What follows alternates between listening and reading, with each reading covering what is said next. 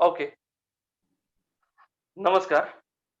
महाविकास शिवनगर शाखेच्या 20व्या स्वामी विवेकानंद व्याख्यानाच्या 20व्या मध्ये मी मंदार आपलं स्वागत करतो.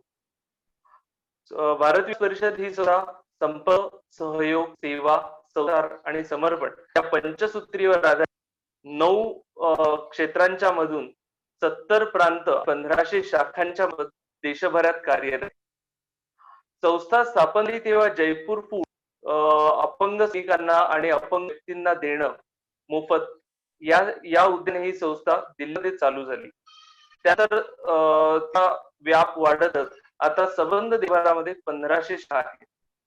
संस्थेच्या माध्यमात सेवा या विषयामध्ये खूप मोठ्या प्रमाणात काम केलं जातं.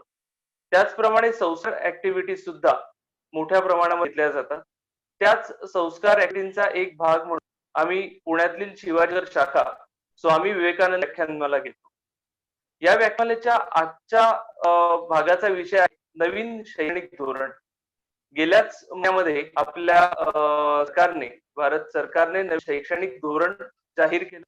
त्याचा इम्पॅक्ट काय असेल, ते कसं आपल्या समोर आणलं गेलंय, त्याने आपल्याला काय काय बेनिफिट्स होणार आहेत, आपल्या मुलांच्या शिक्षणावर किंवा यावरती काय परिणाम होणार आहेत, याने खरंच व्यवसाय वृद्धी होणार आहे का, याने स्किल डेव्हलपमेंट होणार आहेत का, एम्प्लॉयमेंट वाढणार का, असे असंख्य अनेक प्रश्न आपल्या मनात. या सगळ्या प्रश्नांची उत्तरं जाणून घेणार आहोत. आपल्या समोर उपस्थित आहेत ज्येष्ठ सनदी अधिकारी, माजी सनदी अधिकारी आणि चाणक्य मंडळ परिवाराचे प्रमुख श्री अविनाश धर्माधिकारी सर. मी म्हणजे आज आपल्या अविनाश धर्माधिकारींची पुढची काही व्याख्यान त्याच्यामुळे जास्ती न घेता मी धर्माधिकारी सरांना विनंती करतो की त्यांनी आजच्या या सेशनची सुरुवात करावी. भारत विकास परिषदेच्या सायबर व्यासपीठावर जमलेले सगळे माता पिता, बंधू भगिनी आणि मित्र मैत्रिणी, सर्वांना माझाही मनापासून नमस्ते आणि सर्वांना सर्व काळ सर्व शुभेच्छा. हे भारत विकास परिषदेचं व्यासपीठ म्हटल्यावर माझं एक गृहीत आहे की जमलेले आपण सगळे मुळामध्ये ज्यांच्यामध्ये भारत मातेची सेवा करूया ही एक श्रद्धा आहे, ही एक भावना आहे आणि आपापल्या व्यक्तिमत्वाद्वारे, त्यातल्या आपापल्या करिअरच्या द्वारे आणि आपला जो खारीपासून सिंहापर्यंतचा वाटा असेल तो उचलून भारत मातेच्या सेवेमध्ये स्वतःला धन्य समजणारे आपण सगळे असे माता पिता, बंधू भगिनी आणि मित्रमैत्रिणी, तेव्हा आपण सगळे एका कामातले आहोत. या सर्वांना सर्व काळ सर्व शुभेच्छा आहेत. आपल्याला आजच्या संध्याकाळी हे नवीन शिक्षण धोरण नेमक्या शब्दांमध्ये कमी वेळात आणि विविध अँगलनी समजावून घ्यायचं आहे. त्यामुळे एक प्रकारे मी तसा म्हटलं तर धोक्याचा इशारा देईन की हा विषय वरकरणी सनसनाटी नाहीये. भारत विकास परिषदेच्या व्यासपीठावर मी यापूर्वी नागरिकत्व विधेयकावर बोललो होतो. तो विषय अतिशय प्रक्षोभक होता. आजचा हा विषय विधायक विषय आहे आणि आपल्याला थोडक्या वेळामध्ये पण तो समजावून घ्यायचा आहे. आणि शिवाय सुरुवातीला मंदारनी मला विचारलं की प्रश्नोत्तर झाली तर आवडेल का. ते ऐकल्यावर तर मला वाटलं की उलट मला माझ्या भाषणापेक्षा प्रश्नोत्तरच आवडतील. असं लक्षात घेऊन मी तुमच्याशी बोलणार आहे. मित्रहो, माझ्या म्हणण्याचा अर्थ आहे की हा आजच्या संध्याकाळचा वेळ काहीसा माझा तास ठरणार आहे. आणि असे मुद्देसूद आपण लक्षात घेऊयात की हे नवीन शिक्षण धोरण, त्याची सगळी पार्श्वभूमी, त्याची गरज नेमकी काय कशी. आपण सगळेच म्हणतो, मला खात्री आहे की सगळ्यांच्या मनात आहे की इंग्रजांचं राज्य इथे आल्यानंतर मेकॉलेनी जी 1835 ची नोट ऑन एज्युकेशन लिहून शिक्षण पद्धती आणली, काळ्या कातडीचे इंग्रज तयार करण्याची आणि इंग्रजांचं साम्राज्य चालू राहावं यासाठीची कारकुनांची सेना घडवणारं शिक्षण. म्हणजे एखाद्या राष्ट्राला घडवायचं असेल किंवा एखाद्या राष्ट्राचं कंबरड मोडायचं असेल, तर त्याच्या शिक्षण पद्धतीवर ताबा आणा हे ओळखून इंग्रजांनी आणला. राष्ट्राचे जे राष्ट्र घडवणारे जाणकार होते, त्यांनी तेव्हापासूनच त्याचा विरोध करत राष्ट्रीय शिक्षण ही संकल्पना आणायचा विचार केला. आपण आजपर्यंत असं म्हणत राहतो, की मेकॉलेनी आणलेल्या त्या शिक्षण पद्धतीमध्ये फार मोठे मूलभूत बदल झाले नाहीत, त्या बदलांची आवश्यकता आहे. आता मेकॉलेनी शिक्षण पद्धती आणली 1835 आणि त्यावर राजा राममोहन रॉय यांच्यापासून ते विवेकानंदांपासून आणि बाबासाहेब आंबेडकरांपर्यंत सर्वांनीच त्या गुलाम बनवणाऱ्या शिक्षणावर योग्य ती टीका करून काय शिक्षण असायला पाहिजे असंही सांगितलं आणि त्यांच्या त्यांच्या परीने त्याच्यासाठीचे प्रयत्न पण केले. विवेकानंदांच्या एका उतार्यामध्ये त्याचं वर्णन फार छान येतं, की ही शिक्षण पद्धती काय आहे इंग्रजांनी आणलेली. तर आमचा मुलगा पहिल्या दिवशी शाळेत गेला की शिकतो की त्याचा बाप मूर्ख होता. दुसऱ्या दिवशी शिकतो की त्याचा आजा मूर्ख होता. तिसऱ्या दिवशी शिकतो की त्याची सगळीच परंपरा, त्याची सगळीच संस्कृती ही मूर्खपणाची आहे. अशी विवेकानंद म्हणाले, इंग्रजांनी आणलेली शिक्षण पद्धती ही नरोटीची उपासना आहे. याउलट स्वतः विवेकानंदांनीच भारतीय विचारामध्ये हजारो वर्ष शिक्षणाची जी व्याख्या चालू आहे, ती व्याख्या सांगितली. विवेकानंदांनी मांडलेली ही व्याख्या आहे, education is manifestation of perfection already in man. माणसामध्ये असलेल्या पूर्णत्वाचं प्रकटीकरण म्हणजे शिक्षण. म्हणजे हजारो वर्ष देशात चालत आलेली माणसाच्या माणूसपणाची ही व्याख्या आहे, की अरे तुझ्यामध्ये ते पूर्णत्व आहेच, पण शिक्षण म्हणजे एक अशी प्रक्रिया की जिच्याद्वारा ते पूर्णत्व प्रकट करायला तुला संधी मिळणार आहे. मग विवेकानंदांनी सुद्धा रामकृष्ण मठ आणि रामकृष्ण मिशनची स्थापना आणि त्याद्वारे शाळा काढून ही चरित्र निर्माणची चळवळ उभी केली. मग महात्मा फुले, गोपाळकृष्ण गोखले, लोकमान्य टिळक, महात्मा गांधीजींचा सुद्धा नई तालीमचा विचार, स्वातंत्र्यानंतर विनोबांनी देशाला शिक्षणाचं धोरण काय पाहिजे आणि बाबासाहेब आंबेडकर या सर्वांनीच ही राष्ट्रीय शिक्षणाची भूमिका मांडायचा प्रयत्न केला. स्वातंत्र्यानंतर सुद्धा एकदा आपण स्वतंत्र झालो आणि आता सरकार नियंत्रित शिक्षण होईल, तर कोठारी आयोग नेमण्यात आला होता. आणि मी खरोखर त्या आयोगाचा अभ्यास करून सांगतोय, की जर त्या कोठारी आयोगाची अंमलबजावणी चांगली झाली असती, तर आज देशाचं चित्र वेगळं दिसलं असतं, शिक्षण पद्धतीचं चित्र वेगळं दिसलं असतं. कोठारी आयोगाचं नाव जरी कोठारी आयोग असलं, तरी त्याच्या मागचा सगळा शैक्षणिक विचार हे मुख्यतः जे महान असे मराठी शिक्षण तज्ञ, ज्यांनी शिक्षणाला समर्पित आयुष्य होतं, असे जे.पी. नाईक हे कोठारी आयोगाचा खरे शिल्पकार आहेत. पण दुर्दैवाची गोष्ट आहे की हा कोठारी आयोग नंतर महाविद्यालयीन आणि उच्च शिक्षणाचा डॉक्टर राधाकृष्णन आयोग याची फारशी अंमलबजावणी नाही झाली. मग व्ही.पी. सिंग पंतप्रधान असताना आचार्य राममूर्ती आयोग होता, पण तो काही प्रत्यक्ष काम करण्यापूर्वीच ती सरकारच पडली आणि त्याच्यामुळे अंमलबजावणी थांबली. यापूर्वीच अशा प्रकारचं सर्वंकष म्हणता येईल असं शिक्षण धोरण निदान मांडण्याचा प्रयत्न तरी 34 वर्षांपूर्वी म्हणजे राजीव गांधी पंतप्रधान असताना झाला. राजीव गांधींच्या नेतृत्वाखाली जो मांडण्यात आला त्यालाही त्यावेळी नाव न्यू एज्युकेशन पॉलिसी असं देऊन एक सर्वंकष प्रयत्न होता. आज 34 वर्षांनंतर तो प्रयत्न फार यशस्वी झाला असं म्हणता येत नाही, पण त्या न्यू एज्युकेशन पॉलिसीनी एक फार मोठं योगदान दिलं, ते म्हणजे सगळ्या देशाला भविष्याकडे बघायला शिकवलं. त्यानंतर टेक्नॉलॉजीचा विकास घडवून आणण्याच्या दृष्टीने शिक्षण पद्धतीत काय पाहिजे तर ते घडवून आणलं. आणि एज्युकेशन ऑफ द गिफ्टेड म्हणजे बुद्धिमान पण गोरगरीब वर्गातल्या मुलामुलींना निवडून जवाहर नवोदय विद्यालयाच्या माध्यमातून त्यांच्या विकासासाठीचे प्रयत्न याच्या बाबतीत काही यश मिळाल्याचं म्हणता येतं. मधल्या 34 वर्षांमध्ये अशा प्रकारे शिक्षण पद्धतीचा सर्वंकष कुठे विचार करून मांडावा असा प्रयत्न सुद्धा झाला नाहीये. म्हणजे हे जे नवं शिक्षण धोरण आहे हे 34 वर्ष मित्र हो, 34 वर्ष म्हणजे जवळजवळ 2 पिढ्या. आणि ज्या वेगाने काळ बदलतोय तो पाहता तर आता दर 12 वर्षाला जणू एक नवी पिढी येते, तर मध्ये 3 पिढ्या. आणि जर दुर्दैवाने एकीकडे ते मेकॉलेनी मनाने गुलाम बनवणारं शिक्षण अजूनही चालू आहे असं आपण कमी अधिक फरकाने म्हणतो, तर या नव्या शिक्षण धोरणाची ही नितांत आवश्यकता होतीच. मधल्या काळामध्ये काहीच बदल झाले नाहीत असं आपण म्हणत नाही आहोत. विशेषतः अटल बिहारी वाजपेयी पंतप्रधान असताना घटनात्मक बदल झाला आणि 86वी घटना दुरुस्ती होऊन वय वर्ष 14 पर्यंतचं शिक्षण हा मूलभूत हक्क बनला आणि तो राज्यघटनेच्या भाग 3 म्हणजे मूलभूत हक्कांमध्ये कलम 21 मध्ये आला.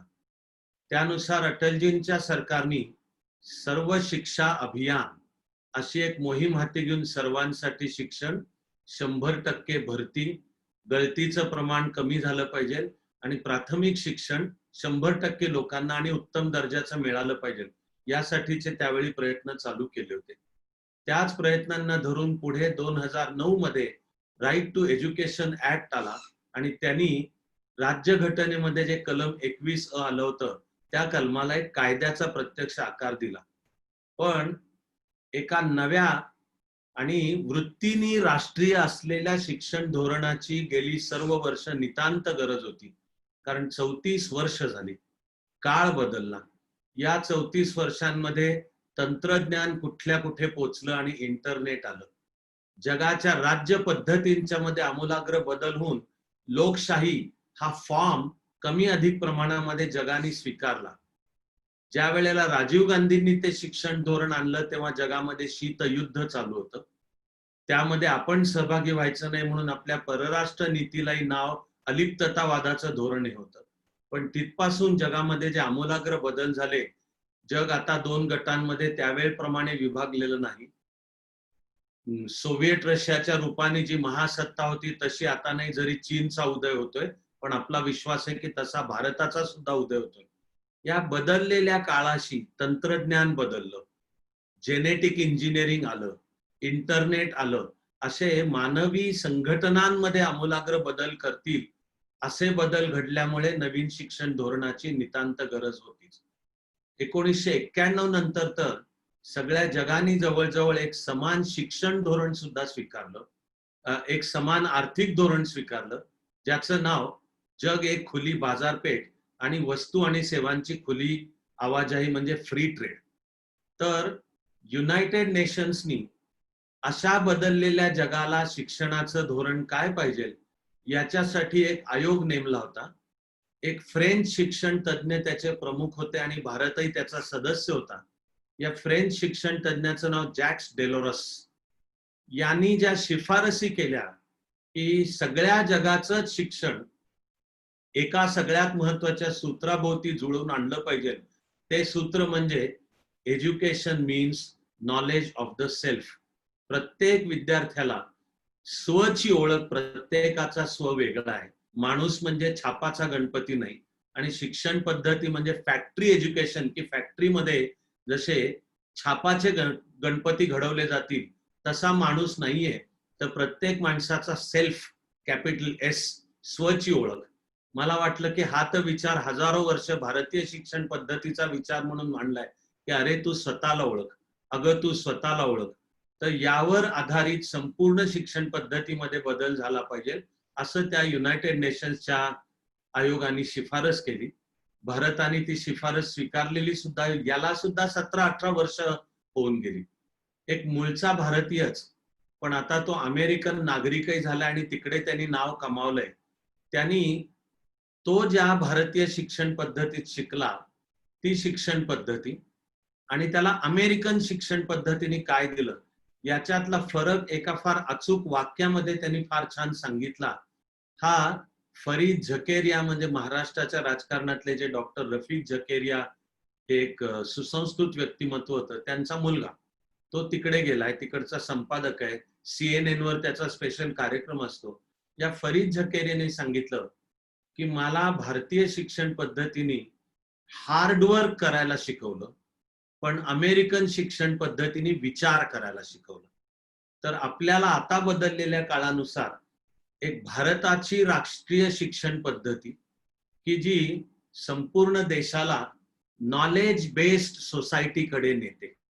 तंत्रज्ञानात सुद्धा जे बदल होत आहेत, जगात जे बदल होत आहेत, हे सगळ्या बदलांची दिशा आहे की यापुढच्या समाजाचीच व्यवस्था, जसं कृषी काळामध्ये कृषीवर आधारित समाज व्यवस्था होती आणि संपत्तीचं मुख्य उत्पन्न कृषीद्वारा निर्माण होत होतं, त्या कृषीवर आधारित समाज व्यवस्थेतून एक शिक्षण पद्धती आकाराला येते. पण औद्योगिक क्रांती झाली. त्या औद्योगिक क्रांतीनी वस्तू आणि सेवांची जशी फॅक्टरी सिस्टीम आणली, तशी शिक्षणाची सुद्धा फॅक्टरी सिस्टीम आणली. पण आता मानवाने क्रांतीच्या आणखी पुढच्या टप्प्यात पाऊल टाकलंय. ती इन्फॉर्मेशन रिव्होल्युशन आहे, बायोटेक्नॉलॉजीतली रिव्होल्युशन आहे, नॅनो टेक्नॉलॉजीतली रिव्होल्युशन आहे. म्हणजे मानवी समाजाची त्याच्यात भारत आला, तुमचं माझं प्रत्येकाचं वैयक्तिक जीवन आलं. ही वाटचाल नॉलेज बेस्ड सोसायटीकडे येत होते आहे. आणि अशी नॉलेज बेस्ड सोसायटीकडे होताना आपल्याला आपला भारतीयपणा, या देशामध्ये जी हजारो वर्ष एक दिव्य अशी परंपरा चालत आली, तिचं आधुनिकीकरण करून आणि भारतीय मूल्य सुद्धा त्या शिक्षण पद्धतीतून, भारतीय मूल्य की जी वैश्विक आहेत, अशा शिक्षण पद्धतीची नितांत आवश्यकता आहे. त्याच्याच बरोबरीने देशासमोरचं मला जर विचाराल तर देशांतर्गत मी त्याला नंबर 1चं आव्हान म्हणेन. एकाच वेळी ते आव्हान आहे आणि आव्हानापेक्षा मी त्याला संधी मानतो असं आहे. ते म्हणजे आपल्या देशाची 65% पेक्षा लोकसंख्या वयाने तरुण आहे. याला अर्थशास्त्रज्ञ आणि विचारवंतांनी शब्द वापरलाय डेमोग्राफिक डिव्हिडंड. म्हणजे पुढली 30 वर्ष भारत एक तरुण देश असणार आहे. त्या तारुण्याला जर योग्य प्रशिक्षण मिळालं, त्या तारुण्याला योग्य दिशा मिळाली, तर जे विवेकानंदांपासून गांधीजींपर्यंत आणि पुढे विनोबा आणि जयप्रकाश नारायण, आणि मला तर वाटतं की आपल्या संस्कारात तुमचं माझं सुद्धा स्वप्न, ते म्हणजे भारत विश्वगुरु होणे, जगाला आध्यात्मिक नैतिक मार्गदर्शन करू शकणारा आणि भौतिकदृष्ट्या सुद्धा समृद्ध असलेला, की जिथे समतापूर्ण वाटपही झालेलं आहे सर्व प्रकारच्या संपत्तीचं. यासाठी सगळ्यात मूलभूत काही असेल तर ती शिक्षण पद्धती आहे. आणि हे नवीन शिक्षण धोरण ती शिक्षण पद्धती आणायचा प्रयत्न करते. कारण त्या 65% युवकांना एक म्हणजे जीवनामध्ये ते स्वतःच्या पायावर उभं राहू शकतील असं कौशल्यांचं प्रशिक्षण. तर मग ते प्रत्येक युवकाला त्याचा स्व ओळखून त्या कौशल्यांचं प्रशिक्षण देण्याचा विचार या नव्या शिक्षण पद्धतीमध्ये आहे. आणि काळ पुढच्या 10 वर्षात सुद्धा इतक्या वेगाने बदलणारे, ज्या 10 वर्षामध्ये ही शिक्षण पद्धती अंमलात यायची आहे, तर या 10 वर्षांमध्ये तो काळ सुद्धा इतक्या वेगाने बदलणार आहे की एक थोडंसं अवघड वाक्य मी बोलतोय, पण तुम्ही लक्षपूर्वक ऐकत असाल असा मला विश्वास आहे. आत्ता अस्तित्वात असलेली 65% कामं, जॉब्स पुढल्या 10 वर्षांमध्ये अस्तित्वात असणार नाहीयेत. आणि या पुढल्या 10 वर्षांमध्ये नव्या पिढीला ज्या प्रकारची कामं करावी लागणार आहेत, त्यातली 65% कामं आत्ता अस्तित्वातच नाहीयेत.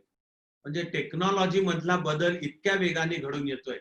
एक अगदी सहज जाता जाता, आणि आपल्याला वेळ खूपच सांभाळायचा आहे कारण अर्थात मुद्दे प्रचंड आहेत, भरपूर. ते मला थोडक्यात सांगण्याचं माझं कौशल्य पणाला लावून तुमच्याशी संवाद करावा लागणार आहे. म्हणून जाता जाता थोडक्यात उदाहरण सांगायचं झालं तर आपण पाहतो की बघता बघता होम डिलिव्हरीची सिस्टीम चालू झाली आणि नव्या प्रकारची जॉब निर्माण झाली.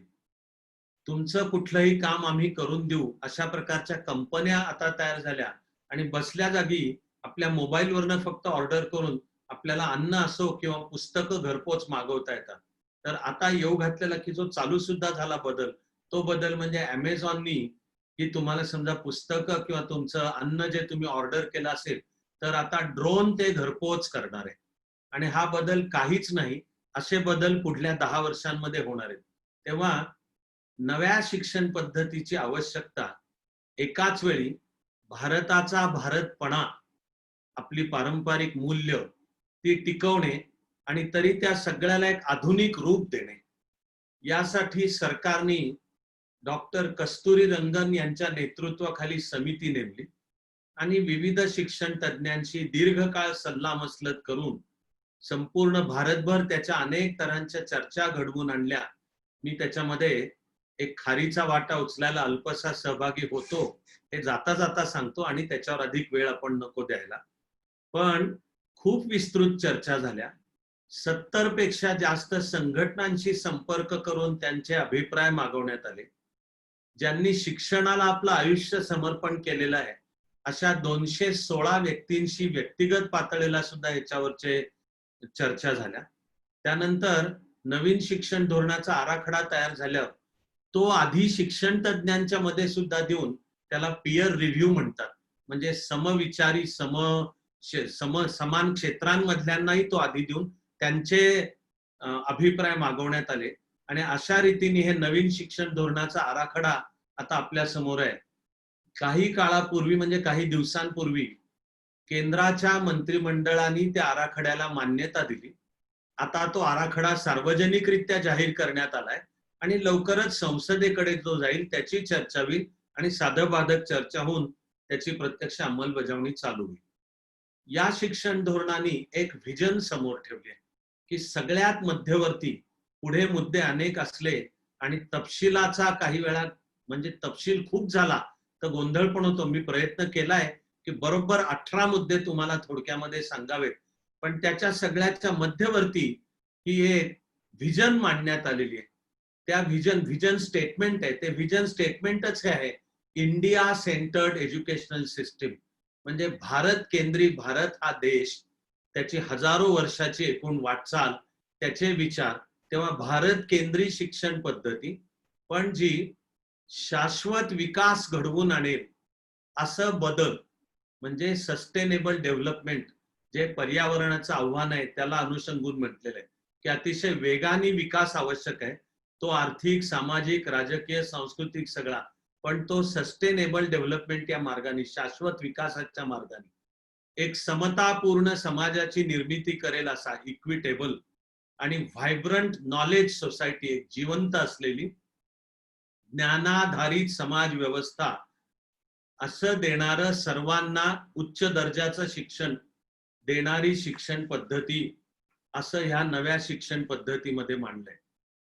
आता आपण थोडक्यामध्ये त्याची काही ठळक वैशिष्ट्य लक्षात घ्यायचा प्रयत्न करूया.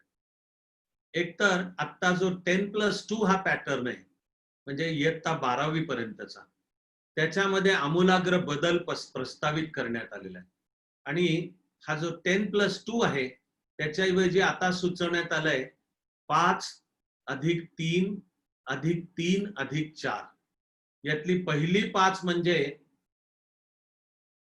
इयत्ता पहिलीच्या आधीची 2 वर्ष, म्हणजे ज्युनियर सिनियर केजी, आणि इयत्ता पहिली, दुसरी, तिसरी. इयत्ता पहिली, दुसरी म्हणजे प्राथमिक, म्हणजे प्रत्यक्ष इयत्ता पहिली पूर्वी सुद्धा, म्हणजे बाल पातळीला जिथे मेंदूची जडणघडण चालू होते अशी पहिली 5 वर्ष म्हणजे इयत्ता दुसरी पर्यंत आहे. म्हणजे पहिली पूर्वीची 3 वर्ष आणि इयत्ता पहिली, दुसरी. त्याच्यानंतरची 3 वर्ष म्हणजे इयत्ता तिसरी, चौथी, पाचवी. तर पहिल्या 5 वर्षांना नाव दिलंय की हा फाउंडेशनचा काळ आहे, हा व्यक्तिमत्वाची, जीवनाची सगळी पायाभरणी होण्याचा, मेंदूचा विकास. आणि हे विज्ञानाने पण सांगितलंय की वय वर्ष 5 पर्यंत मेंदूची 90% जडणघडण होते. त्यामुळे ही पहिली 5 वर्ष म्हणजे इयत्ता दुसरी पर्यंतची. त्यानंतर इयत्ता तिसरी, चौथी आणि पाचवी याला म्हणलंय प्रिपरेटरी स्टेज आहे, म्हणजे पुढच्या सगळ्या वाटचालीचा बेस तिथे तयार होणार. त्यानंतरची 3 वर्ष म्हणजे इयत्ता 6वी, 7वी आणि 8वी याला म्हटलंय मिडल स्कूल, म्हणजे माध्यमिक प्रशाला. आणि नंतर इयत्ता 9वी, 10वी, 11वी, 12वी हा एक टप्पा बनवलाय, त्याला नाव दिलंय सेकंडरी एज्युकेशन. या टप्प्यांना परीक्षा होणार इयत्ता तिसरी, इयत्ता 5वी आणि इयत्ता 8वी मध्ये.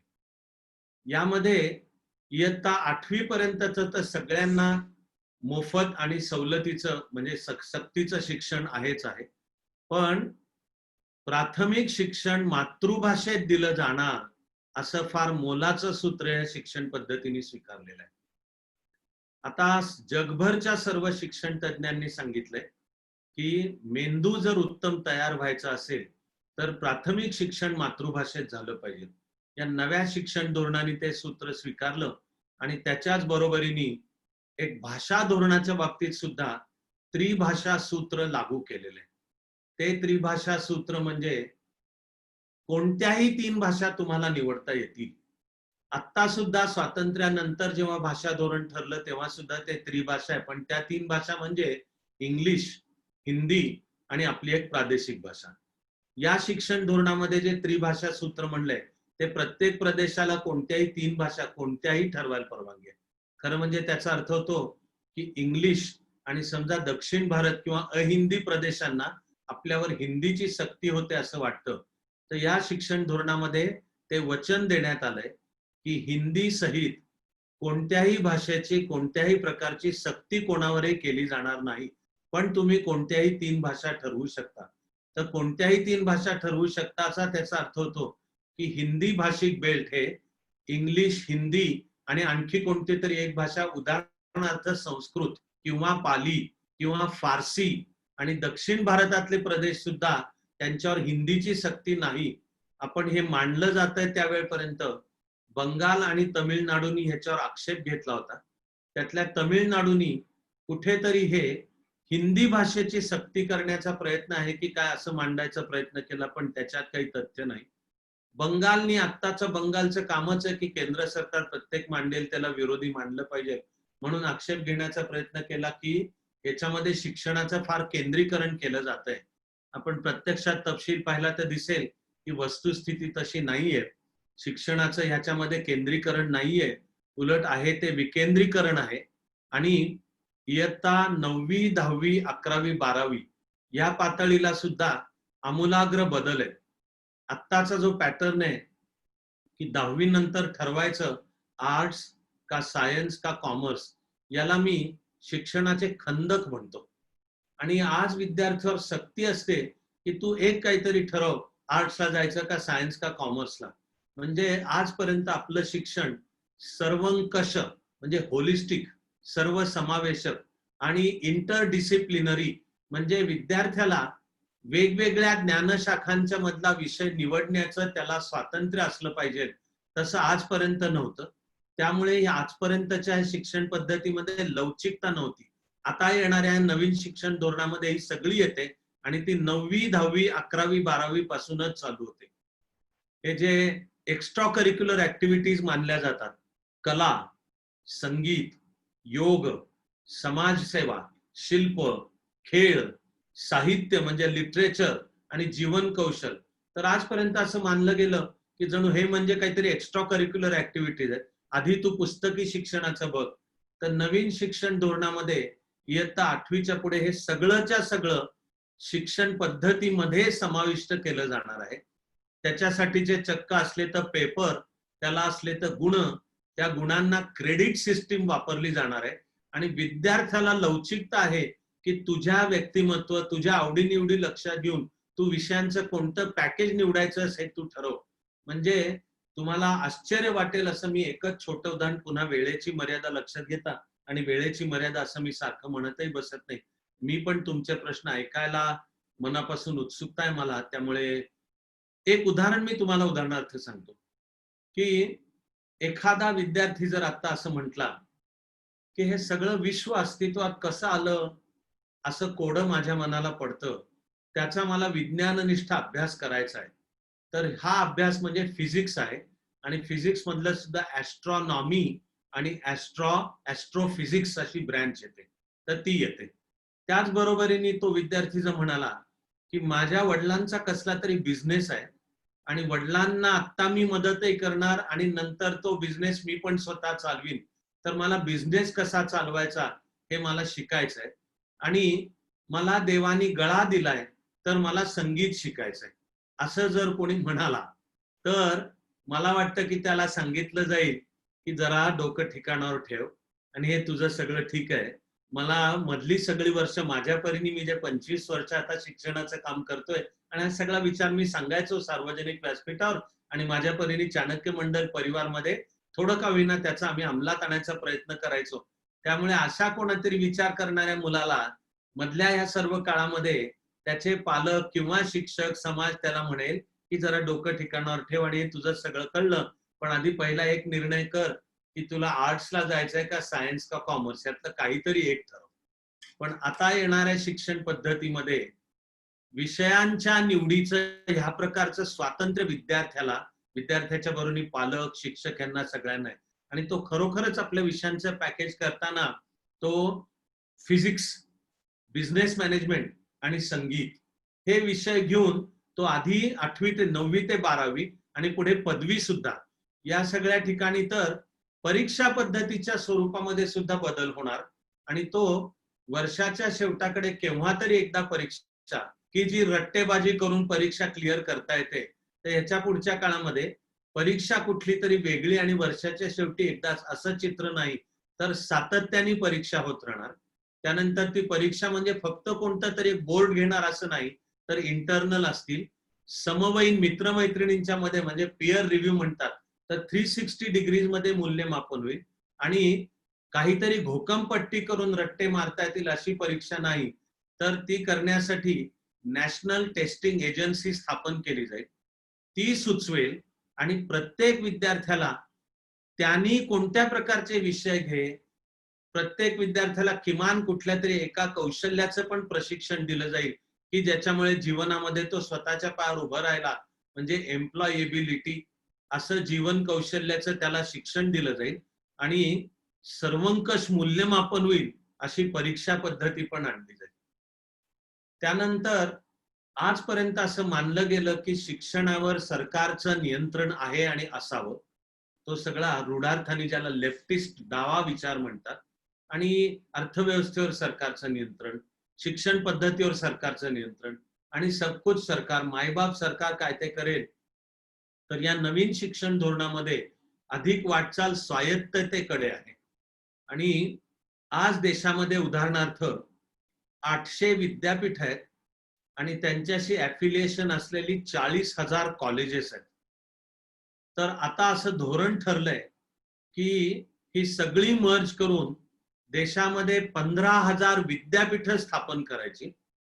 त्या विद्यापीठांचे 3 प्रकार असणार आहेत: रिसर्च युनिव्हर्सिटीज, टीचिंग युनिव्हर्सिटीज आणि ऑटोनॉमस युनिव्हर्सिटीज, असे 3 प्रकार. म्हणजे काही विद्यापीठांचं मुख्य कामच त्या संशोधन करणाऱ्या, सहज जाता जाता उदाहरण बोलतोय की आपल्या पुणे विद्यापीठाच्या आवारामध्ये IUCAA, inter university centre for astronomy and astrophysics अशी डॉक्टर जयंत नारळकर यांनी स्थापन केलेली संस्था आहे. ती या विषयाकरताचं आता स्वायत्त विद्यापीठ आणि ती रिसर्च युनिव्हर्सिटी आहे.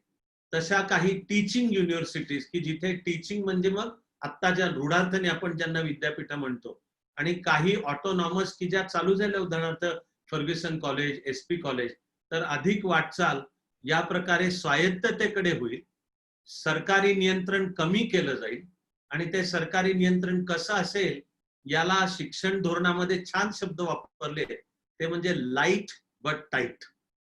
म्हणजे हलकं नियंत्रण असेल, पण ते इनफॅक्ट ते नियंत्रण नसेल तर ते देखरेख, शिक्षण क्षेत्रात क्वालिटी कंट्रोल आणि शिक्षणाचं बाजारीकरण होत नाही ना.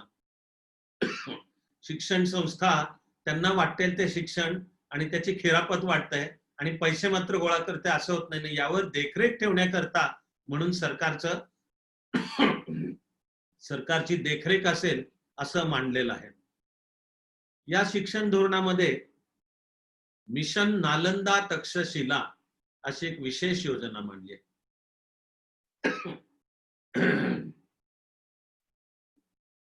आपल्याला सगळ्यांनाच प्राचीन भारत हे शिक्षणाचं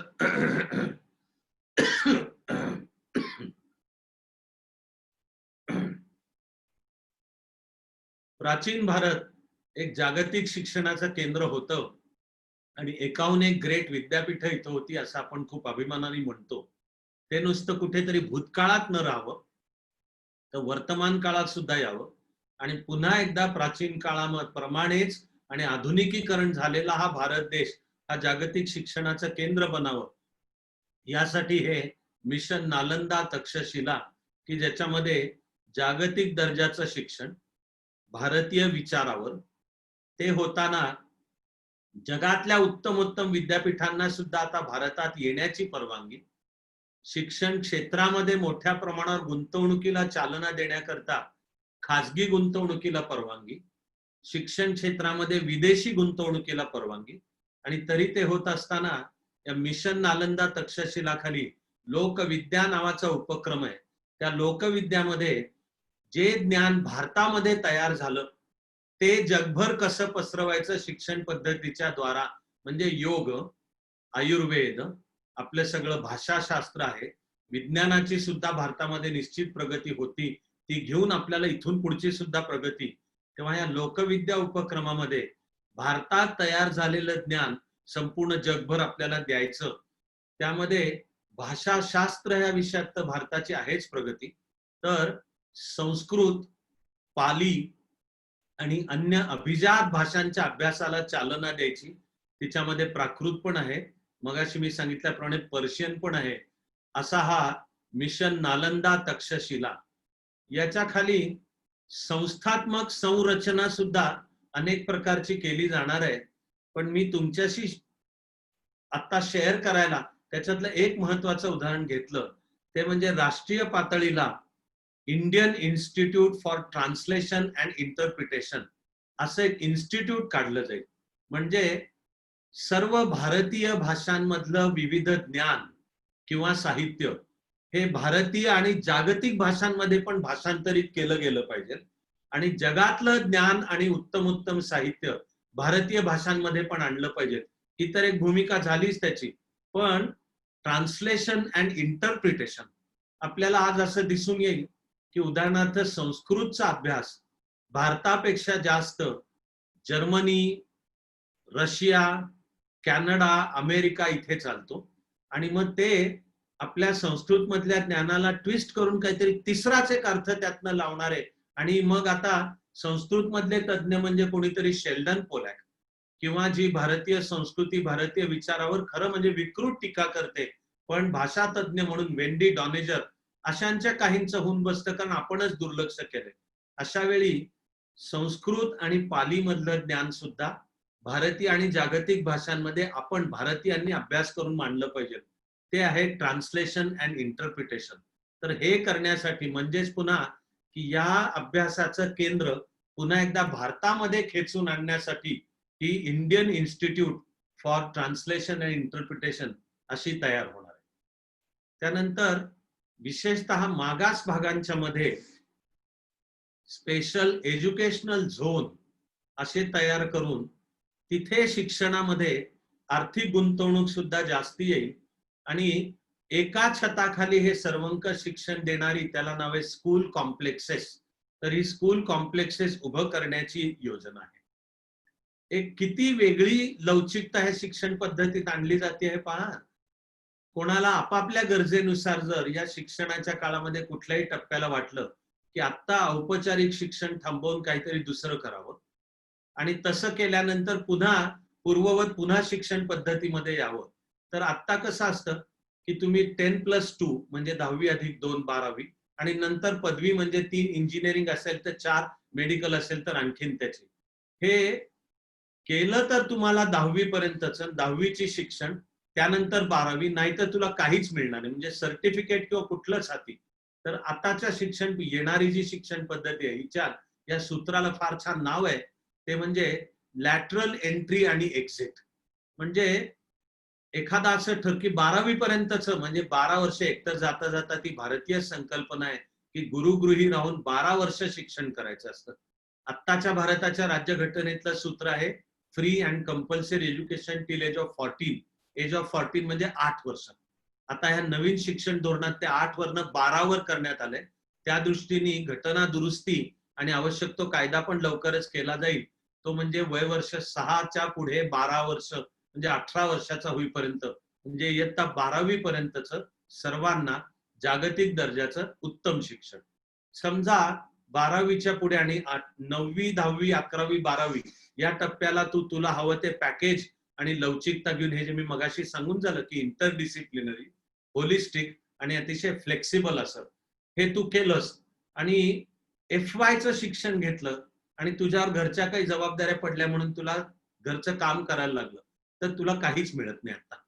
आणि तुला सार्वजनिक फक्त फार तर सांगता येतं की मी FY पर्यंत शिक्षण करून थांबलो. या पुढच्या नव्या शिक्षण पद्धतीमध्ये हे बदलणार आणि तू जर FY पहिलं वर्ष शिक्षणाचं घेतलं तर तुला सर्टिफिकेट मिळणार. दुसरं वर्ष झालं तर डिप्लोमा मिळणार. तिसरं वर्ष झालं तर डिग्री मिळणार. डिग्री नंतरचं 1 वर्ष झालं तर पोस्ट ग्रॅज्युएट डिप्लोमा मिळणार आणि डिग्री नंतर 2 वर्ष झाली तर मास्टर्स मिळणार. म्हणजे तू तुझ्या सोयीनुसार शिक्षणाची योजना कर आणि लॅटरल म्हणजे समान एखाद्या पातळीला, माझं बुवा पूर्वी 11वी पर्यंतचं शिक्षण झालंय, तर आता मला डायरेक्ट 12वीला प्रवेश देता का? माझं SY पर्यंतचं शिक्षण झालंय आणि नंतर काही वर्ष मी काम केलं, तर आता मला डायरेक्ट TYला प्रवेश देता का? त्या नव्या शिक्षण पद्धतीमध्ये हे होणार आणि प्रत्येक विद्यार्थ्याला किमान एका कौशल्याचं शिक्षण मिळणार आहे. मी तुम्हाला सांगितलं की प्रत्येकाला त्याचं व्यक्तिमत्व ओळखून तो कुठल्या क्षेत्रामध्ये शिक्षण घे आणि पुढे व्यवसाय सुद्धा स्वतःचा करे ठरवता आलं पाहिजे. याला आधुनिक काळातलं एक महत्वाचं साधन आहे ऍप्टिट्यूड टेस्ट. तर नव्या शिक्षण पद्धतीमध्ये एक राष्ट्रीय तज्ञ कॉमन ऍप्टिट्यूड टेस्ट तयार करतील आणि ती नॅशनल टेस्टिंग एजन्सीच्या द्वारा केली जाईल आणि ही नॅशनल टेस्टिंग एजन्सी सुद्धा तुला कुठल्या प्रकारचं शिकायचं आहे, तर आता केवळ 10वी पर्यंतचं शिक्षण झालं का, तर आता तू पुढचं ठरव आणि तुला तिथे प्रवेश मिळेल. तर यापुढे तसं नाहीये. तुला जे शिकायचंय ते शिकण्याचा ऍप्टिट्यूड म्हणजे तुझ्या व्यक्तिमत्वाचा कल आहे का, तर त्याच्या चाचण्या तयार केल्या जातील आणि ह्याच्यासाठी नॅशनल टेस्टिंग एजन्सी स्थापन केली जाईल. आणि आता तुला काय हळूहळू हे सूत्र आता सुद्धा यायला लागले बरं का. उदाहरणार्थ UPSC MPSC मध्ये सुद्धा शासकीय सेवेत जायचं असेल तर सिव्हिल सर्व्हिस ऍप्टिट्यूड टेस्ट नावाची कंपल्सरी टेस्ट असते. परदेशांमध्ये विदेशांमध्ये तर स्कॉलॅस्टिक ऍप्टिट्यूड टेस्ट यापूर्वीच आहे आणि आता भारतामध्ये पण आलं. उदाहरणार्थ लॉचं शिक्षण घ्यायचं असेल तर LSAT म्हणजे लॉ लिगल स्कॉलॅस्टिक ऍप्टिट्यूड टेस्ट ह्याच्या आलंय. अशा जीवनाच्या सर्व क्षेत्रांबद्दल की तुझ्या व्यक्तिमत्वाचा कल काय आहे हे मानसशास्त्रीय चाचण्यांच्या आधारे ओळखून तू त्या क्षेत्रामध्ये तू उत्तमता आणि प्रतिभा मिळवायला पुढे सरक असं मानलं जाणार. त्यानंतर आज अशी एक समजूत आहे की आर्ट्सचं शिक्षण म्हणजे दुसरं काही जमत नाही त्यांनी आर्ट्सला जायचं. मला हे नवं शिक्षण धोरण येत आहे तोवर यामध्ये सुद्धा बदल झालेला आजच वाचायला मिळाला. तो म्हणजे उत्तम करिअर असलेली सुद्धा अनेक मुलं ठरवून आर्ट्स कडे जात आहेत आणि पुण्यातल्या आर्ट्सच्या चांगल्या कॉलेजेसचं जर पाहिलं तर त्यांची आर्ट्सचे ऍडमिशन्स 93-94% क्लोज होत आहेत. म्हणजे एकीकडे समाज बदलताना दिसतोय आणि दुसरं काही जमत नाही म्हणून आर्ट्सला जायचं आणि आर्ट्सला गेल्यानंतर दुसरं काही जमत नाही म्हणून शिक्षक व्हायचं. तर या कुठेतरी समीकरणामध्ये बदल होतोय. त्या बदलाला चालना या नवीन शिक्षण धोरणामुळे मिळेल आणि ज्याला रूढार्थाने लिबरल आर्ट्सचं शिक्षण तर त्याला पण चालना मिळेल. आणि आज इंजिनिअरिंगचं शिक्षण देणाऱ्या जागतिक दर्जाच्या भारतीय संस्था आहेत IITs आपल्या इंडियन इन्स्टिट्यूट्स ऑफ टेक्नॉलॉजी. तर हे लिबरल आर्टचं शिक्षण सुद्धा या पुढच्या काळामध्ये IITs मध्ये दिलं जाईल अशी व्यवस्था आहे. असं करून अजून मुद्दे खूप असले तरी मी शेवटचे 2 मुद्दे तुमच्या कानावर घालून थांबतो. याचं कारण आपल्या वेळेला मर्यादा आहे आणि काहीतरी का विना मिनिटं मला तुमचे सुद्धा प्रश्न ऐकायचे. या सगळ्याला आकार देण्यासाठी देशाच्या सर्वोच्च एक तर प्रत्येक राज्याला याच्यामध्ये आपल्या राज्यानुसार तुम्ही ठरवा असे सुद्धा विशेष सांगण्यात आलेलं आहे. लवचिकता ठेवण्यात आलेली आहे आणि हे सक्ती नाहीये. म्हणजे पंतप्रधान मोदी जी कोऑपरेटिव्ह फेडरलिझमची कन्सेप्ट मांडतात त्याच्यानुसार शिक्षण धोरण सुद्धा अंमलात आणण्याचा प्रयत्न आहे.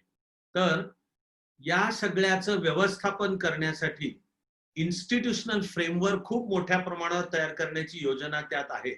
तिचा मी केलाय अभ्यास, पण आता वेळाभावी मी तुम्हाला त्याच्या फक्त अपेक्सला देशाच्या सर्वोच्च पातळीला राष्ट्रीय शिक्षा आयोग नॅशनल एज्युकेशन कमिशन तयार केलं जाईल आणि स्वतः पंतप्रधान त्याचे अध्यक्ष असतील. शिक्षण मंत्री यापुढे जे HRD खातं आहे ह्युमन रिसोर्स डेव्हलपमेंट त्याचं पण नाव बदलून सरळ मिनिस्ट्री ऑफ एज्युकेशन, शिक्षण खातं असं केलं जाईल.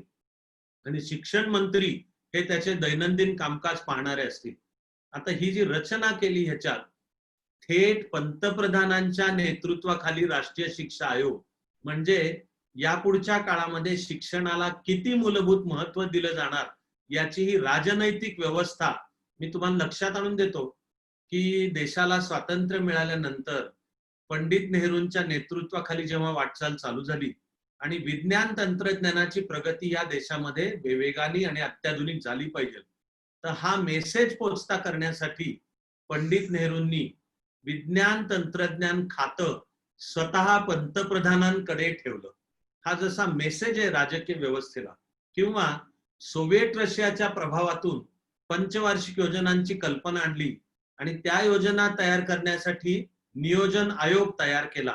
तो नियोजन आयोग एक प्रशासकीय व्यवस्था होती, पण नियोजन आयोगात ठरलं की स्वतः पंतप्रधान नियोजन आयोगाचे पदसिद्ध अध्यक्ष असतील, म्हणजे प्लॅनिंगच्या प्रोसेसला किती महत्व. तसं यापुढच्या काळामध्ये हे सरकार शिक्षणाला किती महत्व देणार आहे हे अधोरेखित करायला, ठळकपणे सांगायला राष्ट्रीय शिक्षा आयोगाची स्थापना आणि स्वतः पंतप्रधान त्याचे अध्यक्ष असणार आणि ते या सर्वाची सुपरविजन करणार आहे. तसंच या सगळ्या उड्या मारता येतील हो, पण विचार करत जे ऐकत असाल त्यांना प्रश्न पडेलच की पैसा ह्याच्यासाठीचा कुठून आणायचा. तर त्याचा पण विचार ह्याच्यामध्ये मांडलाय, फायनान्शियल अरेंजमेंट. एकतर राष्ट्रीय उत्पन्नाच्या 6% या पुढच्या काळामध्ये शिक्षणासाठी दिले जातील. आता हे म्हटलं नव्याने नाही जात आहे, हे राजीव गांधींच्या नवीन शिक्षण धोरणात पण म्हटलं गेलं होतं, पण आता ते कसं बस 3.8% आहे. म्हणजे 34 वर्षापूर्वी म्हटलं खरं की राष्ट्रीय उत्पन्नाच्या 6% शिक्षणाला दिलं पाहिजे, कारण तो एक प्रकारचा आंतरराष्ट्रीय थंब रूल आहे, पण प्रत्यक्षात ते दिले गेले नाहीयेत. आता दिले जातात का हे जनता म्हणून, कार्यकर्ते म्हणून आपलं सगळ्यांचं लक्ष तिकडे लक्ष ठेवणं आवश्यक आहे. एक नॅशनल रिसर्च फाउंडेशन म्हणून स्थापन केलं जाणार की जिथे संशोधनाला चालना देण्यासाठी, आणि त्याच्यासाठीची तरतूद, पहिली तरतूद 20,000 कोटींची त्याच्यामध्ये असणार. त्यानंतर यापुढच्या काळामध्ये जो कुठला सार्वजनिक क्षेत्रातला खर्चाचा कार्यक्रम म्हणून मांडला जाईल कुठलाही, तर त्या कार्यक्रमाचे 20% हे शिक्षणाकडे वळवण्यासाठीची व्यवस्था या धोरणामध्ये सांगण्यात आलेली. शिवाय मोठ्या प्रमाणावर खाजगी गुंतवणुकीला परवानगी देऊन पीपीपी मॉडेल, म्हणजे पब्लिक प्रायव्हेट पार्टनरशिप, ह्या मॉडेलच्या द्वारा, तेव्हा एकूण मिळून आपल्या लक्षात येईल की 34 वर्षांच्या नंतर प्रथम शिक्षणाचा सर्वंकष विचार होतो आहे. तो विचार होलिस्टिक म्हणजे सर्व बाबी विचारात घेणारा आहे. इंटरडिसिप्लिनरी म्हणजे वेगवेगळ्या ज्ञानशाखांचं एकत्रीकरण साधून तो विद्यार्थी केंद्रित असा ठेवून त्या विद्यार्थ्याला तुझ्या व्यक्तिमत्वानुसार आधी शिक्षण आणि नंतर व्यवसायाची तुझ्या निवड करता येईल या दिशेने आहे. मला वैयक्तिक विश्वास आहे की जागतिक दर्जा गाठला जाईल आणि येणाऱ्या भविष्य काळामध्ये भारत देश इतिहासातल्या प्रमाणेच पुन्हा एकदा जागतिक शिक्षणाचं केंद्र बनेल. जी मानवी समाजाची वाटचाल चालू आहे नॉलेज बेस्ड सोसायटी, तर हे शिक्षण धोरण आपल्याला नॉलेज बेस्ड सोसायटीकडे घेऊन जाईल. काही जणांना एक अशी भीती वाटते, ती भीती वाटणं सार्थ हे मी सांगेन, ते म्हणजे यापायी शिक्षणाचं बाजारीकरण होईल का. आता ज्यांच्या मेंदूवर कुठेतरी ह्या संकल्पनेची पकड आहे की शिक्षणावर सरकारचं नियंत्रण पाहिजे, तर आता जे शिक्षण धोरण म्हणतं की सरकार देखरेख जरूर करेल पण अतिशय कडक नियंत्रण असणार नाही, उलट खाजगी गुंतवणूक, खाजगी इन्व्हेस्टमेंट, खाजगी इनिशिएटिव्ह या सगळ्याला दिलं जाईल. त्यांना एक अशी भीती वाटते आत्ताचं कदाचित मेडिकल इंजिनिअरिंगचं शिक्षण पाहता, पण सरकारने गुणवत्ता नियंत्रणाची व्यवस्था जर नीट ठेवली तर शिक्षणाचं बाजारीकरण तर होणार नाही आणि तरी हे केवळ सरकार नियंत्रित शिक्षण राहणार नाही. माझं वैयक्तिक मत आहे की सरकार नियंत्रण कमी होणे हे पॉझिटिव्ह पाऊल आहे. सरकार नियंत्रण असल्यामुळे शिक्षणाचं राजकारणीकरण, पॉलिटिसायझेशन व्हायला दुर्दैवाने जास्ती मदत होते. त्यातून कुठून तरी दूर होऊन खाजगी गुंतवणूक आली, त्याच्याबरोबर खाजगी ऑटोनॉमी म्हणजे स्वायत्तता आली, तर शिक्षणाचा दर्जा उलट चांगला होईल कारण तो दर्जा उत्तम असल्याशिवाय समाजाचा प्रतिसाद मिळणार नाही. केवळ तुम्ही शिक्षणाचं जर बाजारीकरण केलं तर उलट समाज तिकडे वळणार नाही, अशा दिशेने उलट आपली वाटचाल होईल. मला शेवट करताना एक सगळ्यात महत्वाचाच प्रश्न वाटतो, तो म्हणजे आता खरं आव्हान आहे ह्याच्या अंमलबजावणीचं. कारण मांडलेली संकल्पना तर ग्रेट आहे आणि मी तर तिला नाव शैक्षणिक क्रांती देतो, पण ती आजच्या तारखेला कागदावर आहे आणि 1922 पासून अंमलबजावणी चालू होणार. तिचे वेगवेगळे टप्पे 2030 पर्यंत आखण्यात आले आणि त्याच्याही पुढची 10 वर्ष त्याच्या अंमलबजावणीकडे ठेवून आजच ठरवण्यात आलंय की पुन्हा एकदा 2040 मध्ये याचं नवी रचना करण्याच्या दृष्टीने पावलं उचलली गेली पाहिजेत. तेव्हा मित्रहो, विचार तर सर्वंकष झाला आहे. आता तो प्रत्यक्षात येण्याचं अंमलबजावणीचं खरं आव्हान आहे. ते ज्या वेगवेगळ्या इन्स्टिट्यूशनल रचना उभे केल्या जाणार आहेत त्या त्याची अंमलबजावणी करतीलच, पण मी मानतो की तुमचं माझं कार्यकर्ते म्हणून, भारत मातेची सेवा करणारे म्हणून तिच्या अंमलबजावणीमध्ये मनापासून सहभागी होणे, अंमलबजावणीवर सुद्धा लक्ष ठेवणे आणि भारत पुन्हा एकदा जागतिक शिक्षणाचं केंद्र बनून नॉलेज बेस्ड सोसायटी होईल इकडे वाटचाल करणे असं आपलं कर्तव्य असं मी मानतो. आपण सगळे मिळून ते कर्तव्य उत्तम करूया अशी प्रार्थना करतो आणि आज या ठिकाणी थांबतो. धन्यवाद सर. म्हणजे बऱ्याच गोष्टीची या अनुषंगाने माहिती मिळाली आम्हाला. त्या अनुषंगाने काही याच्यामध्ये काही प्रश्न आले होते. तर अगदी आपण फंडामेंटली किंवा कॉन्स्टिट्युशनली जो एक प्रवास असणार आहे याचा, आता हे तर मंत्रिमंडळाने याला मान्यता दिली शैक्षणिक धोरणाला. आता याचा पुढचा प्रवास, मग त्याच्यानंतर पुढे याची पायरी अंमलबजावणी किंवा इम्प्लिमेंटेशन पर्यंतची स्टेजेस कशा असतील त्याच्या? मंत्रिमंडळाने मान्यता दिल्यावर आता हे सर्व धोरण लोकसभेकडे जाईल. होणाऱ्या पुढच्या अधिवेशनांमध्ये त्याच्यावर लोकसभा राज्यसभेमध्ये साधक बाधक चर्चा होईल. राजकीय दृष्ट्या पाहिलं तर आता दोन्ही सभागृहांमध्ये आत्ताच्या सरकारकडे आवश्यक ते बहुमत असल्यामुळे त्याला मान्यता मिळेल हे तर निश्चित आहे आणि मग केंद्राच्या पातळीला त्याची अंमलबजावणी चालू होईल. याचे जे वेगवेगळे इन्स्टिट्यूशनल फ्रेमवर्क आहेत ते याच प्रकारे राज्याच्या पातळीला उभं करण्याला सुद्धा या शिक्षण धोरणामध्ये आधीच सूत्र म्हणून ठेवण्यात आलंय. तेव्हा शिक्षण हा विषय समवर्ती सूचित आहे कंकरंट लिस्टमध्ये. त्यामुळे केंद्र सरकार यावर काही पावलं उचलू शकत नाहीत असं कुठलंच राज्य सरकार म्हणणार नाही. शिवाय त्या त्या राज्य सरकारलाही या मूळ शिक्षण धोरणाला धरून आपल्या राज्यापुरतं काही ठरवायचं असेल तरी तसे अधिकार दिलेत, ते राज्य सरकार ठरवेल आणि नाही तर राष्ट्रीय पातळीचं जे धोरण आहे ते त्या त्या राज्यांमध्ये सुद्धा लागू होणं चालू होईल. पंतप्रधानांनी कालच खुलासा केलाय की याची प्रत्यक्ष अंमलबजावणी 2022 पासून चालू होईल. ओके. याच्यामध्ये व्होकेशनल एज्युकेशन किंवा हँड्स ऑन एक्सपिरियन्स ज्याला आपण म्हणतो, की पूर्वी टेक्निकल असायचं, एक 8वी नंतर टेक्निकलचा तुम्ही सब्जेक्ट घेऊ शकत होता. तर आता तो या आपल्या शिक्षण पद्धतीमध्ये कशा पद्धतीने आलाय किंवा कशा पद्धतीने तो मांडला गेलाय? तर आतापर्यंत व्होकेशनल आणि एज्युकेशन नावाची ब्रँच वेगळी करून तिचं काहीतरी वेगळं शिक्षण चालू ठेवलं होतं. आता पूर्ण शिक्षण पद्धतीमध्ये हा जो 5+3+3+4 हा जो पॅटर्न केलाय ना, तर इयत्ता 12वी पर्यंतच्या काळातच सर्व व्होकेशनल एज्युकेशन इंटिग्रेट करण्यात आलंय. आणि मी जिथे सूत्र म्हटलो ना की प्रत्येक विद्यार्थ्याला किमान एका कोर कौशल्याचं प्रशिक्षण दिलं जाईल, ते म्हणजे हे व्होकेशनल एज्युकेशन आहे, जे मूळच्या शिक्षण पद्धतीचाच आता भाग बनवलं आणि त्याचा वेगळेपणा काढून टाकला. म्हणजे आता व्होकेशनल एज्युकेशन कुठलं घे याच्यासाठी पॅरामीटर्स असणार, ह्याच्यासाठी सुद्धा काही टिप्स असू शकतील का? तसं काही यंत्रणा आता तरी? ह्या ज्या दोन मी म्हणलोय, प्रत्येक व्यक्तीला कॉमन ऍप्टिट्यूड टेस्ट आणि दुसरं म्हणजे नॅशनल टेस्टिंग एजन्सीच्या द्वारा तुला ज्या क्षेत्रामध्ये व्होकेशनल शिकायचंय तर त्याला आवश्यक ते कल तुझ्याकडे आहे का, किंवा तुझ्याकडचा कल कोणत्या व्होकेशनल एज्युकेशनला आहे याच्यानुसार हे कॉमन ऍप्टिट्यूड टेस्ट आणि नॅशनल टेस्टिंग एजन्सी त्याविषयी काम करणार आहे. आता म्हणजे केंद्र सरकार आणि राज्य सरकार हा करंट लिस्टचा विषय येत असल्यामुळे हे दोघांना हँड हँड कोऑर्डिनेशन करावं लागतं.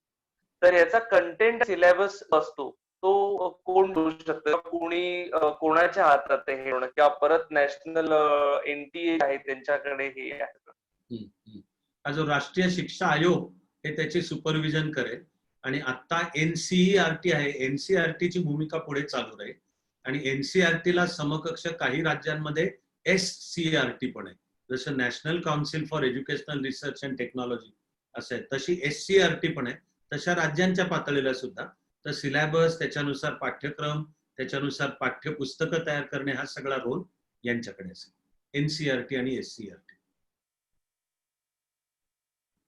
ही पॉलिसी इम्प्लिमेंट झाल्यानंतर अशा काही अपस्किलिंग किंवा रिस्किलिंग ऑफ टीचर्स, म्हणजे त्यांना स्वतःलाही बदलावं लागेल याच्यामध्ये, तर ह्या प्रोसेस बद्दल किंवा ह्याबद्दल ही शिक्षण पद्धती कशी आपण काय सांग? मी आजच्या वेळेमुळे नुसत्या शिक्षण धोरणावरचे 19 मुद्दे काढले होते सांगायला, पण वेळेची मर्यादा लक्षात घेता जरा मी ते सगळे एकत्र केले, तर त्या 19 मध्ये शिक्षकांविषयीचा हा मुद्दा आहे, पण तो माझ्या मूळच्या बोलण्यामध्ये सांगायचा राहिला, तो म्हणजे मोठ्या प्रमाणावर टीचर ट्रेनिंग आणि टीचर ओरिएंटेशन आणि त्याच्यासाठी नॅशनल टीचर्स काउन्सिल असं काम करेल. म्हणजे या शिक्षण धोरणासाठी शिक्षकांनाही स्वतःमध्ये फार मोठ्या प्रमाणावर बदल करावे लागणार आहेत. चाइल्ड सेंटर्ड एज्युकेशन साठी शिक्षकाला जे बदलावं लागेल त्या बदलाच्या प्रशिक्षणाची मोठ्या प्रमाणावर व्यवस्था या धोरणामध्ये केली आहे. आता जसं याची म्हणाल की इम्प्लिमेंटेशन हे खूप चॅलेंज आहे, तर आतापर्यंत जेव्हा हे शिक्षण पोहोचेल तर इथे इम्प्लिमेंट करताना याच्यामध्ये नक्की काय काय म्हणजे चॅलेंजेस असतात, किंवा याच्यामधला सरकारचं काही मेकॅनिझम ठरवलंय का की कशा पद्धतीने इम्प्लिमेंट होईल का हे होईल याच्यावर? 2022 पासून इम्प्लिमेंटेशनला सुरुवात, त्यानंतर राष्ट्रीय शिक्षा आयोग आणि ही जी मी मगाशी पुन्हा पुन्हा जी म्हणतोय ती इन्स्टिट्यूशनल फ्रेमवर्क ही अंमलबजावणी होते का इकडे लक्ष ठेवेल. मी 2 त्याचे कोअर म्हणेन की ज्याच्याकडे आम्ही शेवट ज्यांनी केला की लक्ष आपणही ठेवलं पाहिजे. एक म्हणजे खरंच GDPच्या 6% शिक्षणाला दिले जात आहेत का, तो एक थंब रूल आहे. आणि जर असं दिसून आलं की आता आपण 3.8 वरून पोहोचलो 6, म्हणजे 2022 पर्यंत GDPच्या 6% शिक्षणावर इन्व्हेस्टमेंट आणि अंमलबजावणी करतात, ह्या सगळ्या हे जे हजारो आहेत मुद्दे लिटरली, तिच्याकडे आपणही लक्ष ठेवावं लागेलच. इम्प्लिमेंटेशन मुख्यतः सरकारी यंत्रणा करणार तोच खरा चॅलेंज आहे. ओके.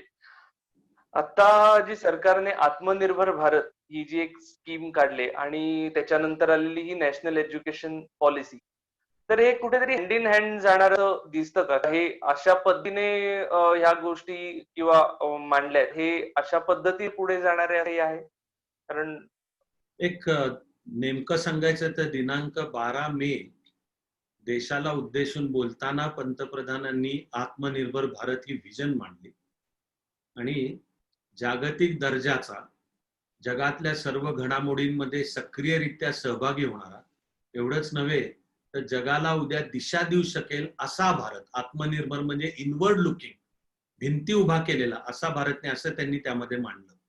अर्थात ती विजनला आत्ताचा एक नेमका अर्थ आहे तो म्हणजे त्याच्या दुसऱ्या दिवशीपासून 13 मे ते 17 मे अर्थमंत्र्यांनी जे आत्मनिर्भर भारत हे पॅकेज मांडलं, ते मुख्यतः कोरोनाचा जो अर्थव्यवस्थेला फटका बसलाय त्या फटक्यातून सावरायला काय केलं पाहिजे असं आहे. आणि आता विचार चालू आहे की स्टिम्युलस पॅकेज 2, दुसरं पॅकेज पुन्हा एकदा दिलं पाहिजे. पण आत्मनिर्भर म्हणजे जागतिक दर्जाचा भारत, की जो भारत जगाच्या कल्याणासाठी सुद्धा काम करेल. म्हणजे आपली खरंच मनापासून असलेली प्रार्थना वसुधैव कुटुंबकम एवढं त्याच्यात लिंक म्हणता येईल.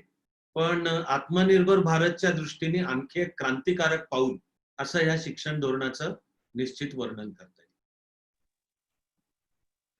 आता जे आपण बघितलं की त्रिभाषा सूत्री आपल्याकडे असणार आहे, तर आता हिंदी ही आपण राष्ट्रभाषा असं म्हणतो, किंवा आपल्या महाराष्ट्रापर्यंत तरी मानलं जातं की हिंदी ही आपली राष्ट्रभाषा आहे.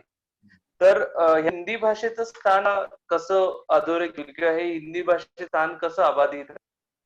मला वाटतं की आजच्या तारखेला सुदैवानी, आणि हे मी स्वानुभवानी पण सांगतोय, की बहुतेक सगळ्या ठिकाणी हिंदी भाषेचा मनापासून स्वीकार आहे.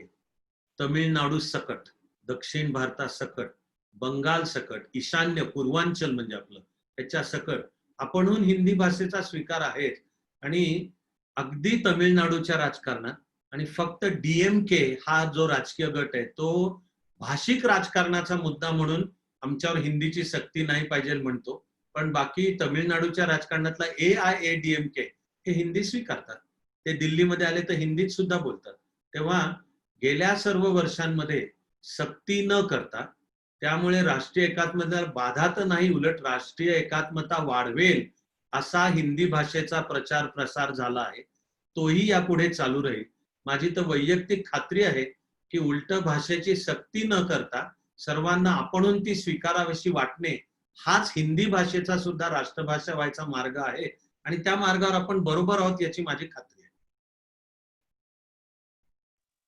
तुम्ही मगाशी एक उल्लेख केला क्रेडिट सिस्टीम. तर ही नक्की काय पद्धती आहे? क्रेडिट सिस्टीम म्हणजे हे काय, हे कसं होणार आहे? ओके, चांगला आला हा मुद्दा. आता मी काय काय ते समजा शिकलो. आता बहुधा कमी शब्दात सांगायला म्हणतोय. इंटरनेटवर अनेक साइट्स आहेत पहा, कोर्सेरा, EDX इत्यादी, की ज्यांचे कोर्सेस केले तर तुम्हाला काही क्रेडिट्स असतात, आणि ते विद्यापीठाने पण मान्य केलंय. भारतीय विचारातलं म्हणजे सध्याचं चित्र सांगायचं झालं तर 105 क्रेडिट म्हणजे 1 डिग्री आहे. वर्षाला 35 क्रेडिट, अशी 3 वर्ष, प्रत्येक वर्षाचे 35 क्रेडिट गोळा केले की तुमचे 105 क्रेडिट. तर 105 क्रेडिट म्हणजे तुमची पदवी झाली. त्याच्यानंतर 90 किंवा 98 क्रेडिट म्हणजे पदव्युत्तर झालं. तर मी जे जे शिकीन, मी जे मगाशी म्हटलो की कला, संगीत, योग, समाजसेवा, शिल्प, खेळ या सगळ्या सकट, म्हणजे आत्ता चित्र कसं आहे की एखादा कबड्डी उत्तम खेळतो आणि स्टेट किंवा नॅशनल लेवलला कबड्डी खेळलाय म्हणून फार तर कुठेतरी त्याला 5 मार्क मिळतील किंवा जॉब मध्ये ते सर्टिफिकेट दाखव, पण फॉर्मली तू कबड्डीतला तज्ञ आहेस तर तुझ्या नावावर एवढी एवढी क्रेडिट जमा होतील, अशी आत्ता व्यवस्था नाहीये. तर या पुढच्या काळामध्ये त्यासकट फॉर्मल एज्युकेशन, मुळात फॉर्मल आणि इन्फॉर्मल किंवा करिक्युलर आणि एक्स्ट्रा करिक्युलर यातला भेद काढून टाकून तुझ्याकडे तज्ञता ज्यातले त्याला क्रेडिट देण्याची व्यवस्था आहे. ते क्रेडिट एका बँकेमध्ये, तिला नावच आहे क्रेडिट बँक, तिच्यामध्ये ठेवलेले असतील. आणि समजा मी 70 क्रेडिट गोळा केली काय विविध करून, कॉलेजमध्ये कोणी वक्तृत्व स्पर्धांमध्ये भाग घेतो, कोणी अभिनय उत्तम करतो, तर त्याला त्याची सुद्धा क्रेडिट्स मिळतील. ह्यांनी सर्वांगीण विकासाला मदत होणार आहे. I hope the concept is clear. आलं लक्षात सर. म्हणजे याच्यातनं एक थोडंसं असं होईल की आता जी मार्कांची खैरात चालते, एक 5%, 10% मार्क याचे मिळतात. हे थोडंसं कुठेतरी कमी व्हायला याने मदत होईल असं आता मार्कांची खैरात याच्यावरून तर दिसतंय. ह्यांनी कमी होईलच, पण मार्कांच्या खैरातीत जी नवी इव्हॅल्युएशन सिस्टीम येणार आहे, की कुठली तरी शेवटाकडची फक्त एक परीक्षा आणि परीक्षेपूर्वी 15 दिवस रट्टे मारले की मिळवता येतात मार्क, हे आता बंद होणार. आणि म्हणजे ह्याच्यातनं एक अजून असा एक नवा विचार दिसतो का, की पूर्वी ज्याला आपण म्हणायचो, की अरे पैसे मिळवणे काय करू? तर आता मी पैसे मिळवण्यासाठीच हे कोर्सेस करतो किंवा हे कुठेतरी दिलं लागेल का? किंवा जे काहीतरी एक क्षण घ्यायचं, की ज्याच्यातनं थोडे पैसे मिळतील त्याच्यासाठी हॉबी बाजूला ठेवतो. तर कधी जी आपली हॉबी आहे ती अर्निंग मॉडेल बनू शकेल का शिक्षण पद्धतीतून? मला विश्वास आहे. मला, मी ज्या तऱ्हेने म्हणालो की प्रत्येक विद्यार्थ्याला त्याचं व्यक्तिसापेक्ष लवचिक शिक्षण, त्यानंतर हा जे सूत्र आहे की प्रत्येकाला किमान एका कौशल्याचं शिक्षण दिलं जाईल की ज्याच्या आधारावर तो जीवनामध्ये स्वतःच्या पायावर उभं राहू शकेल. त्यामुळे मला जॉब मिळवणारं शिक्षण आणि ज्ञान मिळवणारं शिक्षण असं द्वैत या नव्या शिक्षण धोरणामध्ये मला दिसत नाही. आणि अगदी शेवट प्रश्न, की जो आपल्या याच्या मराठी म्हणून अनेक रिलेटेड क्वेश्चन, की मराठी भाषा साधारणतः आपले आता थोडंसं या एज्युकेशन पॉलिसी तर मराठी भाषा ही पूर्ण 11वी किंवा जे काही आहे इथपर्यंत कंटिन्यू का ती 5वी नंतर किंवा याच्यानंतर ती आपोआप आपल्याला सोडून दुसरी भाषा वापरता येईल? एक तर प्राथमिक शिक्षण म्हणजे इयत्ता 8वी पर्यंतचं, प्राथमिक शिक्षण तिथे नुसती मराठी भाषा नाही, तर ते प्राथमिक सर्व शिक्षण मराठी माध्यमातून असं त्याच्यामध्ये ठरलंय. काही तपशील क्लिअर होण्याची मी पण वाट पाहतोय, ते म्हणजे हे सूत्र खाजगी शाळांनाही लागू आहे का? खाजगी, कॉन्व्हेंट, मिशनरी आणि अन्य सुद्धा जे प्रायव्हेट स्कूल्स आता खूप मोठं प्रमाण वाढलंय, हे थोडंसं मी अजून शोधायचा प्रयत्न करतोय. पण पुढे मग ते त्या शिक्षण संस्थेला स्वातंत्र्य राहणार, की पुढचंही शिक्षण मराठी माध्यमातून देणार, का तुम्ही फक्त इंग्लिश हा विषय आणणार का इंग्लिश मीडियम मधून? अशी ती पुढच्या 8वीच्या पुढच्या शिक्षणामध्ये त्याविषयी लवचिकता राहणार आहे. मला वाटतं बऱ्यापैकी खूप सारे क्वेश्चन झाले होते. त्याच्यातनं मी शॉर्टलिस्ट करून वेळेच्या अभावाने हे करण्याचा प्रयत्न केलाय. तर आज सर आपण आम्हाला माहिती दिलीत आणि तुमच्या एकंदर सध्या बिझी शेड्यूल मधनं आपण आम्हाला थोडा हा आज वेळ उपलब्ध करून दिलात. त्याबद्दल मी माझ्या वतीने आणि सर्व भारत विकास परिवारातर्फे आपले मनापासून आभार मानतो, की आज आपण आम्हाला सगळ्यांना ही उपयुक्त एक माहिती दिली. हे आपलं ही आपली माहिती YouTubeच्या माध्यमातून पुढेही सर्व लोकांना मिळत राहणारच आहे.